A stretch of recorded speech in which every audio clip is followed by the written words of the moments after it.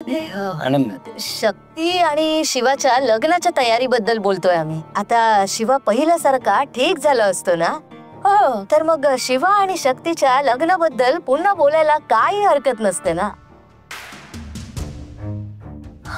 बरोबर बरोबर बरोबर बोलताय तुम्ही. खरं तर ना माझ्या मनात पण आलं होतं शिवा आणि शक्तीच्या लग्नाविषयी, पण बरं झालं तुम्हीच बोललात. छान छान करूया, छान तयारी करूया दोघांच्या लग्नाची, नाही का?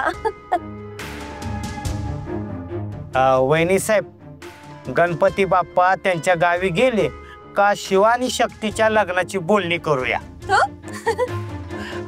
चला आप्पा भाऊ, तयारीला लागूया. या इकडे. काय काय लागणार आहे तयारी करायला? शिवा शक्तीचं लग्न धुमधडाक्यात करायचं.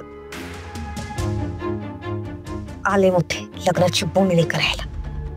करा करा, लग्नाची बोलणी करा, लग्नाचा मांडव सजवा. तुम्ही शिवा शक्तीच्या लग्नाचे सनी चौघडे वाजवण्याचं स्वप्न बघा, पण चेटकोबा तुमच्या स्वप्नांची कशी राख रांगोळी करतोय ना, ते बघा आणि बघतच राहा.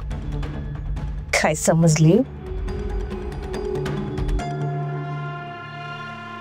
शक्ती, मला असे संकेत मिळत आहेत की तुझ्या आयुष्यात काहीतरी अघटित असं घडणार आहे.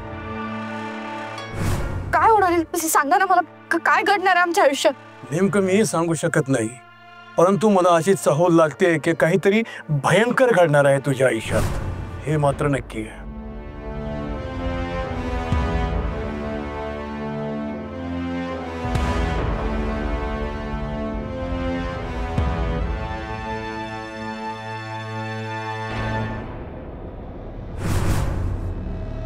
शक्ती,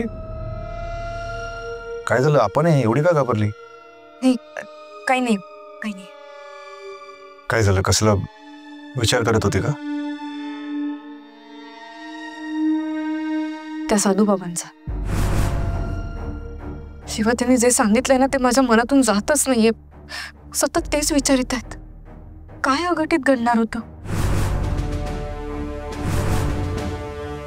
शक्ती, आपल्याला तर वाटतं ना, त्या साधू बाबांना त्या घंटेबद्दलच बोलायचं होतं. पण तू टेन्शन कशाला घेते? आपण बोललो ना, ती घंटा आपण पुरून आलोय. आता काही पण अघटित नाही होणार, नको टेन्शन घेऊ तू. आणि बघ शक्ती, काही नाही होणार. कुठलंही संकट येऊ दे, आपण दोघं एकत्र मिळून त्याचा सामना करू. घाबरायची काही पण गरज नाही, समजलं? हो शिवा, बरोबर आहे तुझं, पण कितीही नीट राहायचा प्रयत्न केला तरी मनात भीतीचं काऊर असतंच. त्या चेटकोबाचा प्रत्येक डाव आजपर्यंत आपण हाणून पाडलाय.